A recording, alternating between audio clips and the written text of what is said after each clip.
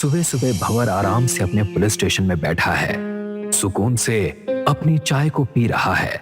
उसे पुष्पा को मारने की खुशी है। उसके हाथ में चाय का कप था, तभी डेस्क पर रखा टेलीफोन अचानक से बजना शुरू हो जाता है। इतनी सुबह सुबह किसका कॉल है? चाय भी नहीं पीने देते हैं। भंवर फोन उठाता है। इससे पहले कि वो सामने वाले से कुछ कहता, सामने वाला भंवर से कहता है, पुष्पा भी जिंदा है। ये सुनकर भंवर के मुंह से, क्या? मगर मुझे आपको उसके कांगन जंगल में जाने से पहले कॉल करके फायदा क्या हुआ, जब आप उसे पकड़ ही नहीं पाए। मैंने सुना है कि वो सैंपल के लिए कुछ चंदन वहां से निकाल के भी ले आया है। मगर ये मुमकिन कैसे है? वहां पर तो पर्वतम्मा का साया है। कितनी लाशें वहां से मिलती हैं हर साल, तो ये पुष्पा कैसे बच गया? Hello hello. सामने वाला इंसान फोन काट देता है और भंवर सोच में डूब जाता है। दूसरी ओर उसके दो बच्चे फिर से अपनी दादी के पास पहुंच जाते हैं, उसी कहानी को सुनने के लिए जिसे सुनाने के लिए भंवर ने अपनी माँ को मना किया था। मगर दादी अपने पोतों को मना भी तो नहीं कर सकती। दादी, कल वाली कहानी सुना दीजिए ना।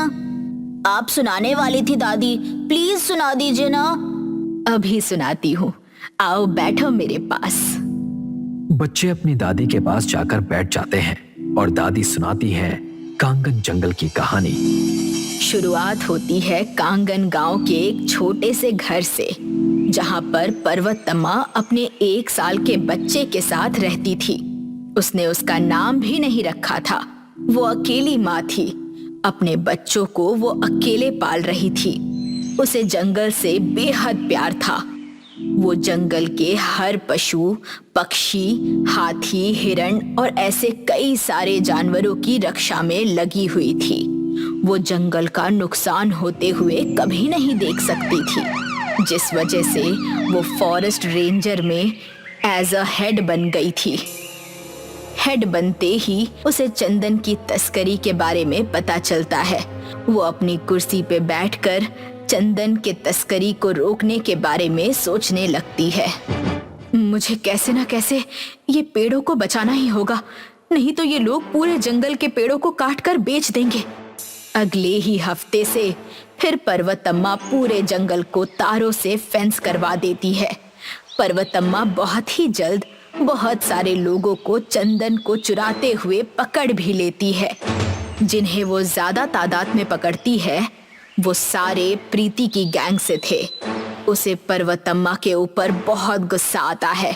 वो आग बबूला हो जाती है और पर्वतम्मा से बदला लेने की ठान लेती है। एक दिन ऐसे ही जब पर्वतम्मा अपने बेटे को जंगल के रास्ते से घर ले जा रही थी, तभी उसके ऊपर गोली चलने लगती है।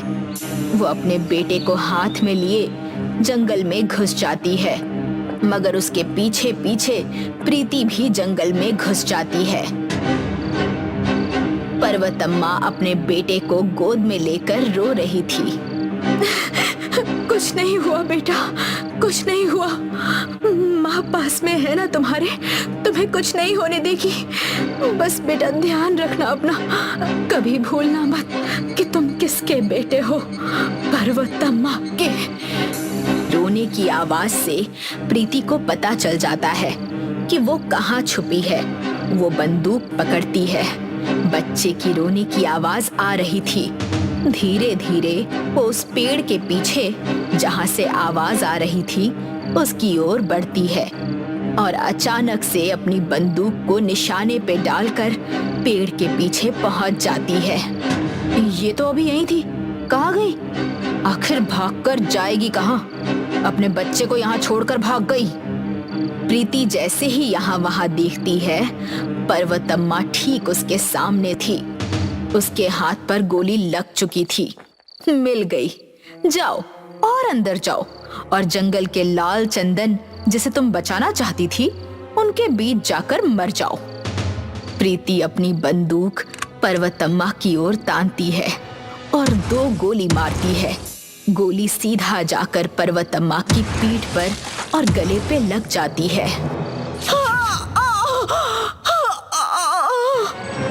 वो लाल चंदन के पेड़ के पास जाकर टकरा जाती है और पेड़ पर टिक कर बैठ जाती है। उसके गले से खून आ रहा था, पीठ से खून आ रहा था। एवन, मेरे दुख को जरा देख। मेरे जख्म से निकले हर एक लहू की बूंद का बदला ले। इस वन को बचाने के लिए मेरी रूह भी तैयार है। एवन, एवन। अपने दिल की बात जंगल को सुनाकर वो चंदन से टेक कर अपनी जान छोड़ देती है।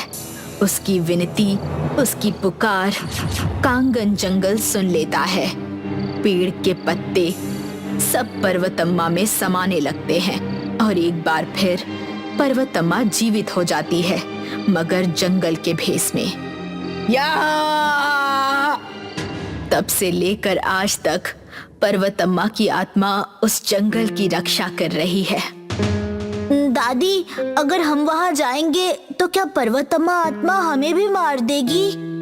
नहीं बेटा, वो उन्हें ही मारती है जो उस जंगल को हानि पहुंचाने की कोशिश करता है। पुलिस वाले पर्वतम्मा को ढूंढते हुए उस जंगल में पहुंचे, मगर उस बच्चे के सिवाय वहां पर उन्हें कोई नहीं दिखा। दादी, उस बच्चे का क्या हुआ? बच्चे का पता नहीं बेटा। पुष्पा, पुष्पा है मैं, पुष्पा। भंवर सुबह सुबह कांगन के जंगल में रवीना के संग पहुंचता है। जंगल का फेंस टूटा हुआ था। ये तब टूटा था जब पुष्पा और नागेश अपनी गाड़ी को जंगल में लेकर जा रहे थे। भंवर और रवीना जंगल के अंदर जाते हैं। अंदर जाते ही भंवर उसी जगह पहुंच जाता है जहां पर पुष्पा और पर्वतम्मा मिले थे। भंवर की आंखें उस जगह को देखकर खुली की खुली रह जाती हैं। वहां पे सारे चंदन के पेड़ कटे हुए थे। ये कैसे मुमकिन है? आज से पहले तो जिसने भी इस जंगल में हानि की सोची है वो मारा गया है, तो फिर ये कैसे? मैं भी यही सोच रहा हूँ, कैसे? तुम जाओ कांगन गांव में नाकाबंदी लगा दो। ये उस पुष्पा का काम है। ठीक है। रवीना वहां से चली जाती है। भंवर के पसीने छूट रहे थे। वो अपनी जेब में हाथ डालकर अपना फोन बाहर निकालता है और एक कॉल लगाता है।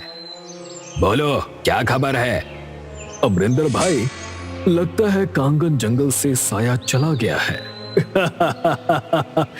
माँ ने जो प्रॉब्लम उस पर्वतम्मा को मार कर खड़ी की थी, लगता है अब वो प्रॉब्लम सॉल्व हो चुकी है। बड़ी अच्छी खबर है ये भंवर।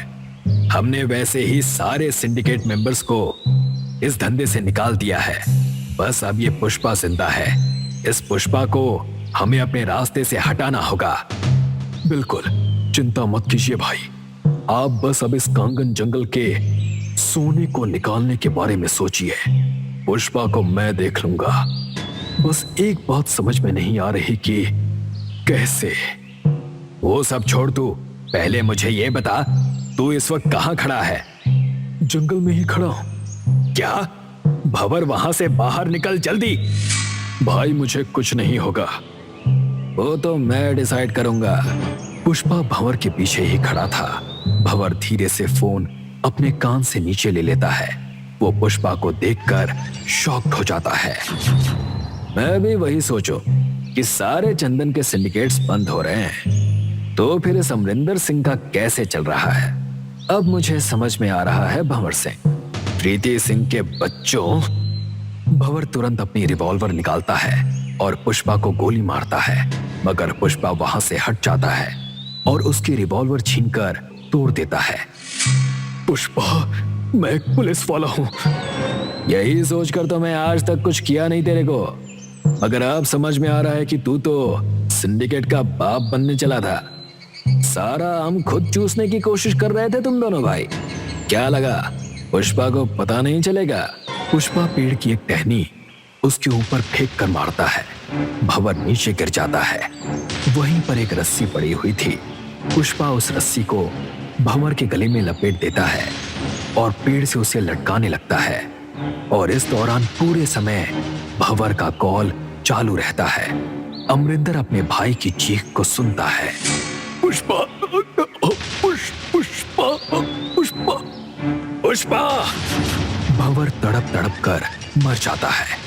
पुष्पा भंवर का गिरा हुआ फोन उठाता है। अमरिंदर, पुष्पा, तू आज मरेगा, मरेगा आज तू। चिल्ला मत रे, तेरे को क्या लगा तू हमारे यहाँ आकर हमारे को सिंडिकेट से बाहर निकालेगा? देख तेरे भाई का क्या हाल किया मैंने। पुष्पा नाम है मेरा, झुकेगा नहीं साला।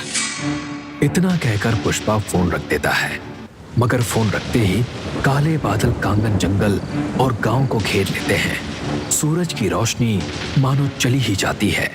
दोपहर का समय रात लगने लगता है और जंगल से एक आवाज आती है, पुष्पा, पुष्पा।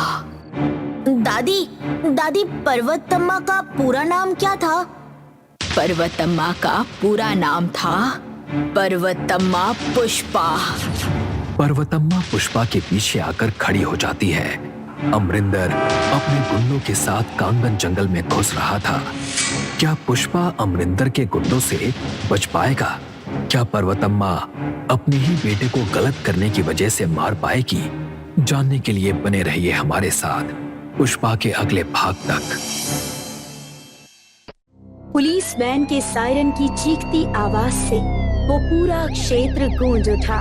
पुलिस वैन रुकी और उनमें से धड़ाधड़ आते हुए कुछ सशस्त्र जवान उतरे। उस इलाके का थाना इंचार्ज वहां की घटना स्थल का मुआयना कर रहा था। तभी वहां वरिष्ठ पुलिस अधिकारी और शहर का मेयर भी आ पहुंचा। ये सब क्या है इंस्पेक्टर अर्जुन? किसी ने बड़े पैमाने पर हिंसक कारनामा कर दिखाया है। सड़क पर पड़ी लाशों की बड़ी बुरी दशा थी। उन सबके गुर्दे और कलेजे गायब थे। मगर ये कारनामा किसका है ये जानना हमारे लिए जरूरी है।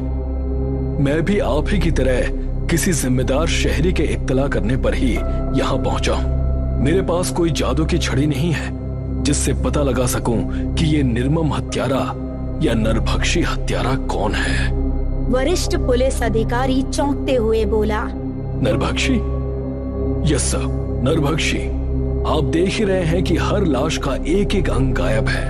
अगर कोई उस अंग को काटता तो धारदार हथियार के वार का निशान लाश पर जरूर होता, जबकि कटे अंग के स्थान पर किसी भी तरह के धारदार हथियार के निशान नहीं है, बल्कि देखने से लगता है कि किसी ने बड़ी बेदर्दी से उस अंग को नोच लिया है। दूसरी बात, लाश के गायब अंग दूर दूर तक हमें नहीं मिले।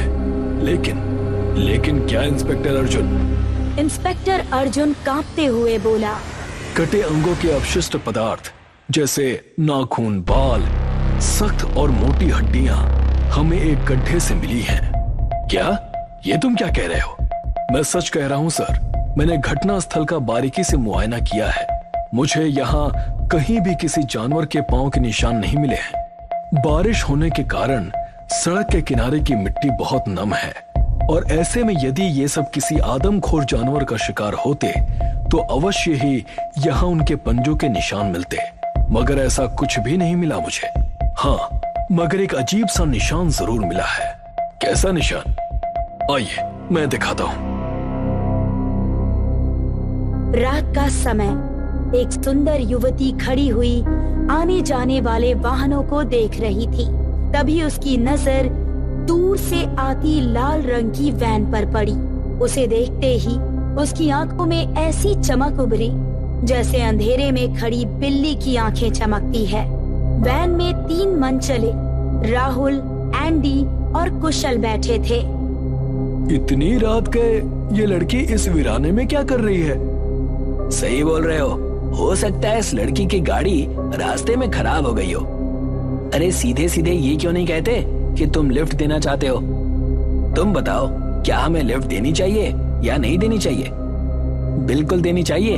रात का समय है और ऐसे में एक लड़की मुसीबत में है और मुसीबत के समय हमें इस लड़की की मदद करनी चाहिए। इतना बोलकर राहुल वैन चालक से बोला, सुनो, ये बेचारी लड़की लिफ्ट के इंतजार में खड़ी लगती है, शायद वैन रोककर चलना। ठीक है साहब। वैन चालक ने लड़की के करीब पहुंचते ही वैन रोक दी। राहुल ने विंडो से सिर बाहर निकालकर बेहद शालीनता से पूछा, yes madam, what can I do for you?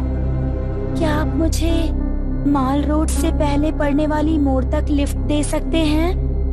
मगर वो मोड़ तो सुहाग नगर की तरफ जाता है।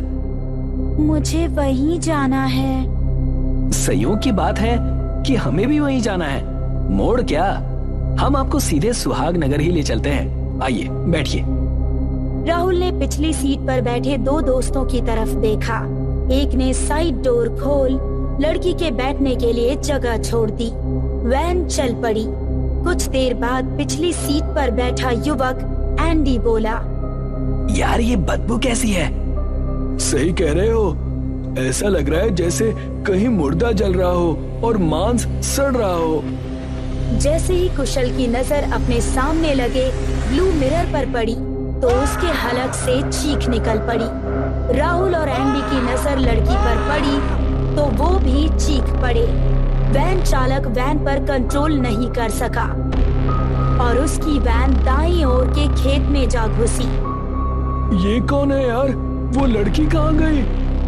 बेवकूफ, तुम अभी तक समझे नहीं? ये चुड़ैल ही वो लड़की है। हम लोगों ने एक डायन को लिफ्ट दी है और अपनी मौत को बुलावा दे दिया है। राहुल दरवाजा खोलने लगा मगर दरवाजे जैसे अटक गए थे।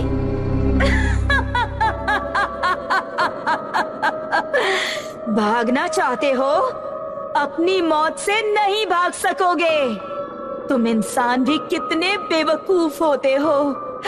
तुमने ये भी नहीं सोचा कि एक सुनसान वीराने में लड़की अकेले में निडर होकर खड़ी हुई है, तो क्या वो इंसान है भी या कोई और है? अचानक उस चुड़ैल ने अपने भयानक पंजों से कुशल और एंडी का सिर दबोच लिया। कुछ पलों में ही उन दोनों के प्राण निकल गए। वैन ड्राइवर ये दृश्य देखकर तुरंत बेहोश हो गया। उसी समय अगली सीट पर बैठे राहुल ने किसी तरह दरवाजा खोल लिया और भागने लगा। अचानक उसका सिर किसी पत्थर से जा टकराया और फिर वो बेहोश हो गया। सुबह होने पर उसे होश आया। उसने देखा कि वो जिस पत्थर से टकराया था वो पत्थर नहीं बल्कि भगवान शिव की मूर्ति थी। लगता है वो डायन भगवान शिव की मूर्ति के सामने नहीं आ पाई। शिव जी की वजह से ही मेरी जान बच गई। राहुल लड़खड़ाता हुआ सड़क पर आ पहुंचा। अचानक किसी कार के ब्रेक लगे तो राहुल का जिस्म हवा में उछलता हुआ दूर जा गिरा। राहुल का जिस कार से एक्सीडेंट हुआ उसमें इंस्पेक्टर अर्जुन अपने ऑफिसर के साथ बैठा था। वो बाहर निकल कर आ गया। अर्जुन ने ऑफिसर को देखकर बोला, ओह माय गॉड, लगता है ये आदमी नशे में था। अचानक गाड़ी के सामने आ गया। सर, इसके सर पर पहले से ही चोट लगी हुई है। मुझे लगता है कि कार से टकराने से पहले इसका सर किसी पत्थर से टकराया था। शायद इसी वजह से ये लड़खड़ा कर चल रहा था। ऑफिसर, एक काम करो, आसपास के इलाके का निरीक्षण करना होगा। कुछ ना कुछ तो गड़बड़ जरूर है यहाँ। इतना बोलकर इंस्पेक्टर उस जगह के आसपास की छानबीन करने लगा। तभी उसकी नजर 3 लाशों पर पड़ी। ओह माय गॉड, इन लाशों की दुर्दशा देखकर तो ऐसा लगता है कि जैसे किसी जंगली जानवर ने इन तीनों को चीर फाड़ डाला हो। सर, मुझे लगता है कि वैन में 3 नहीं बल्कि 4 लोग सवार थे। चौथा वही व्यक्ति है जो हमारी कार के सामने आकर टकराया था। शायद वो बचते बचाते वहां तक आ पहुंचा हो। जो भी हो, फिलहाल तो उसे अस्पताल में एडमिट करना बहुत जरूरी है। उसका बयान इस केस में बहुत बड़ी कड़ी साबित हो सकता है। राहुल को अर्जुन तुरंत हॉस्पिटल लेकर गया। होश आने पर राहुल इंस्पेक्टर अर्जुन को बयान देने लगा। सर, मैं और मेरे दोस्त अपनी वैन में थे। अचानक हमारी नजर एक सुंदर लड़की पर पड़ी जो कि एक सुनसान वीराने में खड़ी थी। हमने उसकी मदद करने के लिए अपनी वैन में उसे लिफ्ट दे दी, मगर कुछ देर के बाद पूरी वैन में जली हुई लाशों की बदबू फैलने लगी और वो सुंदर लड़की एक बहुत ही भयानक डायन में परिवर्तित हो गई। उसने मेरी आंखों के सामने मेरे दोनों दोस्तों को मार डाला और शायद मेरे भागने के बाद उसने वैन के ड्राइवर का भी वही हाल किया होगा। कहीं तुम कोई नशा वगैरह तो नहीं करते? आप ऐसा क्यों बोल रहे हैं सर? क्योंकि तुम जो बोल रहे हो वो विश्वास करने योग्य नहीं है। इतना बोलकर इंस्पेक्टर अर्जुन डॉक्टर से बोला, इस बयान को मैं अपने केस की फाइल में नहीं चढ़ा सकता। इसका मानसिक संतुलन चेक करो कि ये सही है या नहीं, और जब ये पूरी तरह से होश में आ जाए तब मुझे फोन कर देना, तब मैं इसका बयान लूंगा। अर्जुन घटना स्थल के आसपास के क्षेत्रों में पूछताछ करने चला गया, मगर ऐसा कोई भी व्यक्ति उसे नहीं मिला जिसने उस वैन को आंखों से देखा भी हो। रात को जब वो थाने पहुंचा तो उसे उसके हवलदार ने हॉस्पिटल से मिली फिंगरप्रिंट की रिपोर्ट दिखाई। सर, हॉस्पिटल में भर्ती राहुल नाम के उस लड़के के फिंगरप्रिंट्स वैन की अगली सीट के दरवाजे पर मिले हैं। हवलदार, तो कहीं ऐसा तो नहीं कि खूनी राहुल ही है? सर, अभी कुछ देर पहले डॉक्टर का फोन भी आया था। वो ये कह रहे थे कि उसका मानसिक संतुलन बिल्कुल सही है। अधिकतर मानसिक बीमारियां डॉक्टरी रिपोर्ट में नहीं आ पाती। क्या पता राहुल किसी ऐसे मानसिक रोग से ग्रस्त हो जिसके कारण वो हत्या करता हो। अक्सर विकट मानसिक रोगियों के ऊपर हत्या करने का जुनून सवार होता है, वो भी अजीब अंदाज में। मैं हॉस्पिटल जा रहा हूँ हवलदार। हवलदार अर्जुन की बात सुनकर गहरी सोच में पड़ गया। अचानक उसने जेब से एक पुड़िया निकालकर इंस्पेक्टर अर्जुन के सामने रख दी। ये क्या है हवलदार? सर, जिस तरह से हत्याएं हो रही हैं, मुझे लगता है ये किसी इंसान का काम नहीं, जरूर ये किसी डायन या पिशाचनी का काम है। इसमें हमारे परिवार के गुरु महाराज का अभिमंत्रित सिंदूर है, आपके काम आएगा। अर्जुन तुरंत हॉस्पिटल के लिए रवाना हो गया। राहुल को इमरजेंसी रूम में रखा गया था क्योंकि दहशत के कारण वो बार बार बेहोश हो जाता था। राहुल इस समय अपने वार्ड में अकेला था और होश में था। उसे खून भी चढ़ाया जा रहा था। रात के करीब 12 बजे अचानक उसे अपनी बाहों में तेज दर्द महसूस हुआ तो उसके सामने वही वैन वाली चुड़ैल निडल के पाइप के सहारे बोतल का खून पीते हुए बोली, तूने क्या सोचा था? मेरे पंजों से निकलकर तू बच जाएगा? मैं हाथ आए शिकार को कभी नहीं छोड़ती, तुझे भी नहीं छोड़ूंगी। रूम के दरवाजे पर खड़ा इंस्पेक्टर अर्जुन हैरत में और डर से फटी आंखों से इस दृश्य को देख रहा था। इंस्पेक्टर को देखते ही चुड़ैल गुर्राई, पहले तुझे ही मजा चखाना पड़ेगा। कौन हो तुम? अकाली चुड़ैल, जिस अबला नारी की बुरी नियत से हत्या की जाती है और वो अकाल मौत के मुंह में समा जाती है तो वो अकाली चुड़ैल या डायन ही बनती है। इसका मतलब हाईवे पर जो रहस्यमयी तरह से हत्याएं हो रही हैं, वो तुम कर रही हो? हाँ, मैं कर रही हूँ। इस लड़के ने और उन निर्दोष लोगों ने तुम्हारा क्या बिगाड़ा है? कुछ महीने पहले इन्हीं जैसे कुछ लड़कों ने मेरी अस्मत को तार तार करके मुझे मारकर फेंक दिया था। चुड़ैल ने इतना कहा ही था कि तभी राहुल के सिर के परखच्चे उड़ गए। मैं अपनी मौत का बदला इस संसार के हर एक इंसान से लूंगी, चाहे वो अच्छा हो या बुरा। अर्जुन को हवलदार की दी हुई पुड़िया याद आ गई। अर्जुन ने तुरंत अपनी जेब से उस पुड़िया से सिंदूर निकालकर चुड़ैल के ऊपर फेंक दिया। चुड़ैल बुरी तरह हवा में गायब हो गई। ये तुम्हारी गलती है, तुम कभी टाइम पर नहीं आते। मेरे पास और भी बहुत काम है करने को। तो तुम्हारा मतलब है कि मैं फ्री हूँ? लुक, मेरा खुद का अपना बुटीक है, मेरे पास भी काम है, लेकिन मैं रोज के लिए टाइम निकाल लेती हूँ। No, don't blame me. उस वक्त मेरी इम्पोर्टेंट बिजनेस मीटिंग थी और क्या हो गया? अगर तुम अकेले रोज के स्कूल में चली गई तो? रोज की टीचर को हम दोनों से मिलना था। अगर वो सिर्फ मुझसे मिलना चाहती तो मैं अकेले चली जाती। But she wanted to meet you too. So what? Hi guys, ये रोज का है। ये मेरे मम्मी पापा हैं जो हमेशा किसी न किसी बात पर लड़ते झगड़ते रहते हैं और आज ये मेरी वजह से लड़ रहे हैं। ओह, आई फॉरगॉट, मैं रोजेलिना हूँ। प्यार से मुझे लोग रोज बुलाते हैं। मेरे मम्मी पापा के अलावा मेरी एक प्यारी सी दादी भी हैं। चलो उनसे मिलवाती हूँ। दादी, से हाय टू माय फ्रेंड्स। कहाँ हैं तुम्हारे फ्रेंड्स? यहाँ मोबाइल के अंदर। से हाय। हाय। रोजेलिना के सारे फ्रेंड्स सिर्फ इंटरनेट पे थे। असल में उसका कोई भी फ्रेंड नहीं था। रोजेलिना और उसका परिवार गोवा के एक छोटे से सबब में रहता था। ये रोजेलिना का घर है।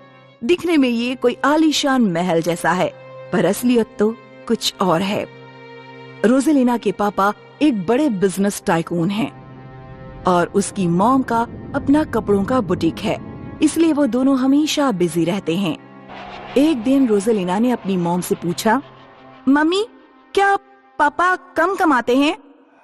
नहीं तो फिर आप बाकी मम्मीज की तरह घर पर क्यों नहीं रहते? आपको क्यों काम करना पड़ता है? मैं काम अपने इंटरेस्ट से करती हूँ रोज। मुझे कपड़े के डिजाइन करना पसंद है, ये मेरा पैशन है। तुम बड़ी हो जाओगी ना तो मेरी बात समझ जाओगी। अभी तो तुम छोटी हो। जाओ, तुम्हारी वायलिन की प्रैक्टिस का टाइम हो रहा है। रोजेलिना को वायलिन सिखाने एक म्यूजिक टीचर उसके घर पे आती थी। वो वायलिन प्ले करती थी और रोजेलिना उसे कॉपी करती थी। वेरी गुड रोज, तुम अच्छा कर रही हो। टीचर, आप मुझे कोई ऐसा गाना सिखाइए ना जो मैं अपने बर्थडे पर प्ले करूं। Why not. कब है तुम्हारा बर्थडे रोज? अगले महीने की 7 तारीख को। हमें अभी प्रैक्टिस करनी होगी। हाँ, क्यों नहीं। वायलिन प्रैक्टिस करने के बाद रोजेलिना अपने पापा के पास गई। पापा, टीचर मुझे नया सॉन्ग सिखा रही हैं। Very good. अच्छा पापा, आप काम क्यों करते हैं? क्योंकि मुझे करना चाहिए। पर क्यों करना चाहिए? मम्मी काम करती हैं क्योंकि उन्हें काम पसंद है। आप क्यों काम करते हो? क्योंकि मुझे पैसे पसंद हैं। पर हमारे पास तो बहुत पैसे हैं ना, तो फिर हमें और पैसों की क्या जरूरत? तुम नहीं समझोगी रोज, अभी तुम छोटी हो। जब बड़ी हो जाओगी तब समझोगी। क्योंकि रोजेलिना के मम्मी पापा दोनों हमेशा काम में बिजी रहते थे, इसीलिए रोजेलिना अपनी दादी के पास रहती थी। देखो रोज, मैंने तुम्हारा फेवरेट रोज केक बनाया है। अरे वाह, आई लव यू दादी। रोज अपनी दादी के पास बहुत खुश रहती थी, लेकिन जैसे ही उसे चीखने चिल्लाने की आवाज सुनाई देती वो डर जाती। डरो मत रोज, इट्स नथिंग। दादी, ये मम्मी पापा रोज क्यों झगड़ते हैं? पता नहीं बेटा, but I know Jesus will fill their heart with love. तुम जीसस को प्रे करो। जब भी रोजेलिना अपनी दादी के साथ चर्च जाती, प्लीज जीसस, मेरे मम्मी पापा को नॉर्मल बना दो। वो हमेशा किस बात पे झगड़ते हैं समझ में नहीं आता। Please Jesus, you are my friend ना, प्लीज। रोजेलिना के सारे प्रेयर्स उसके मम्मी डैडी के लिए ही होते। हेलो रोज, तुम जल्दी ही 13 इयर्स की होने वाली हो। बताओ तुम्हें क्या गिफ्ट चाहिए? मेरी डॉल के लिए उसके साइज की डॉल कैसे रहेगी? मुझे डॉल नहीं चाहिए। फिर क्या चाहिए? जो मैं मांगूंगी वो आप लोग मुझे दोगे? हाँ, व्हाई नॉट।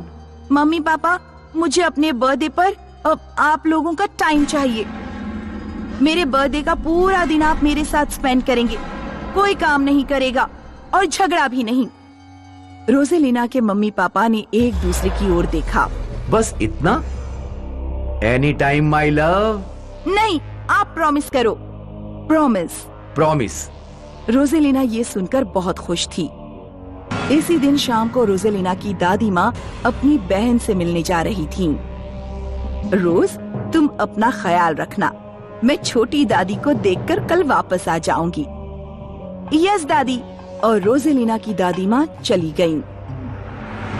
रात हुई और रोजेलिना अपने बिस्तर पर सो रही थी। अचानक उसे चिल्लाने की आवाजें सुनाई देने लगीं। वो डर गई। रोजेलिना अपने मम्मी पापा के दरवाजे के बाहर पहुंची। ये तुम्हारी मिस्टेक है। नहीं, ये तुम्हारी मिस्टेक है। तुमने मुझे पहले क्यों नहीं बताया कि जेनी तुम्हारी एक्स है? वो कॉलेज की बात थी। मुझे क्या पता था कि तुम जेनी के साथ पार्टनरशिप करोगी। जो भी हो, तुम मेरे साथ लॉयल नहीं हो। इससे अच्छा है कि हम अलग हो जाएं। इतनी सी बात के लिए तुम्हें डिवोर्स चाहिए? यस, मुझे डिवोर्स चाहिए। ये सारी बातें बाहर खड़ी रोजेलिना सुन रही थी। अब मम्मी पापा का डिवोर्स होगा, फिर मैं कहाँ जाऊंगी? मुझे तो दोनों चाहिए। रोजेलिना टेंशन में स्ट्रेस चढ़ने लगी। वो सोच रही थी कि अब उसके मम्मी पापा अलग हो जाएंगे। वो चढ़ते चढ़ते सीधे घर की छत पर पहुंच गई। जब उसे रियलाइज हुआ और बस रोजेलिना छत से गिर गई। रोजेलिना वहीं मर गई और रोजेलिना एक भूत बन गई। जब रोजेलिना की दादी रोजेलिना की फोटो देखकर रो रही थी तो रोजेलिना की भूत उसके पास आई। कौन है? कौन है? Rose? Rose, I can feel you my child. Rosalina की दादी को उसके होने का एहसास हो रहा था। फिर आधी रात को रोजेलिना के कमरे से वायलिन की आवाज सुनाई देती। जब उसके मम्मी पापा उसके कमरे में गए तो वहाँ कुछ नहीं था। आई एम टेलिंग यू, ये वही धुन है जो रोज बजाया करती थी। पर रोज मर चुकी है। नहीं, वो यहीं कहीं है। फिर कुछ दिनों बाद रोजेलिना के मम्मी डैडी फिर किसी बात पर झगड़ पड़े। मैं सिर्फ रोज की वजह से यहाँ थी, अब वो भी नहीं रही तो मैं तुम्हें डिवोर्स दे रही हूँ। तुम क्या मुझे डिवोर्स दोगी? मैं खुद ही तुमको डिवोर्स दूंगा। रोजेलिना की भूत ये सब सुन रही थी। उसे बहुत गुस्सा आ रहा था और फिर सारे घर की लाइट्स बंद चालू होने लगी। हवा जोर जोर से चलने लगी। सारी खिड़की दरवाजे पटकने लगे। What's happening? शायद कोई तूफान आने वाला है। Close the door. जब रोजेलिना की मम्मी दूर बंद कमरे में पहुंची तो रोजेलिना की भूत ने घर का सारा सामान बिखेरना शुरू कर दिया। कुर्सी हवा में उड़ते हुए शीशे से लड़ गई और फिर सारे बल्ब एक साथ फूट गए। रोजेलिना के मम्मी पापा दोनों डरे हुए थे। कुछ समय बाद सब कुछ शांत हो गया और रोजेलिना की मम्मी रोने लगी। रोजेलिना का भूत वहाँ से चला गया। अगले दिन रोजेलिना के पापा ने चर्च के फादर को घर बुलाया और उन्हें कल रात जो कुछ भी हुआ था सब बताया। क्या मैं रोजेलिना का रूम देख सकता हूँ? श्योर फादर, इस तरफ। फादर ने रोजेलिना का कमरा देखा। क्या यही वो वायलिन है जो अपने आप बजता है? यस, ये रोजेलिना का है। मैंने पिछले बर्थडे पे उसे गिफ्ट किया था। फादर ने उस वायलिन को हाथ में लिया और अपनी आंखें बंद कर लीं। Poor Rosalina, she is dead but she is still here. मतलब रोजेलिना का भूत अब भी यही है। व्हाट? तो कल हमें नुकसान पहुंचाने वाला वही भूत था? नुकसान नहीं my child, she loves you both. कल ये सब होने से पहले क्या हुआ था? हम दोनों झगड़ रहे थे। वही तो, रोजेलिना को तुम दोनों का झगड़ा पसंद नहीं। वो नहीं चाहती कि तुम दोनों झगड़ो, और क्योंकि कल तुम लोग झगड़ रहे थे इसलिए रोजेलिना के भूत को गुस्सा आ गया और उसने ये सब किया। पर फादर, कोई रास्ता नहीं है क्या रोजेलिना को फ्री करने का? माय चाइल्ड, वो यहां सिर्फ तुम लोगों के लिए है। अगर तुम लोग हैप्पी रहोगे तो वो खुशी खुशी इस वर्ल्ड से चली जाएगी। अब उसका फ्रीडम तुम लोगों के हाथ में है। Now you decide, may peace be on to her. Father ये बोलकर चले गए। इसके बाद रोजेलिना के मम्मी पापा सोच में पड़ गए। उन लोगों ने डिसाइड किया कि वो रोजेलिना की आत्मा को शांति दिलवाएंगे। अब से रोज रोजेलिना के मम्मी पापा एक साथ उसकी कब्र पर जाते थे। आई विश कि हमने तुम्हें पहले टाइम दिया होता तो हम अब तुम्हारे साथ होते। रोजेलिना के पापा ने उसकी मम्मी को संभाला। ये देखकर रोजेलिना का भूत बहुत खुश था और वो खुशी खुशी इस दुनिया से चली गई।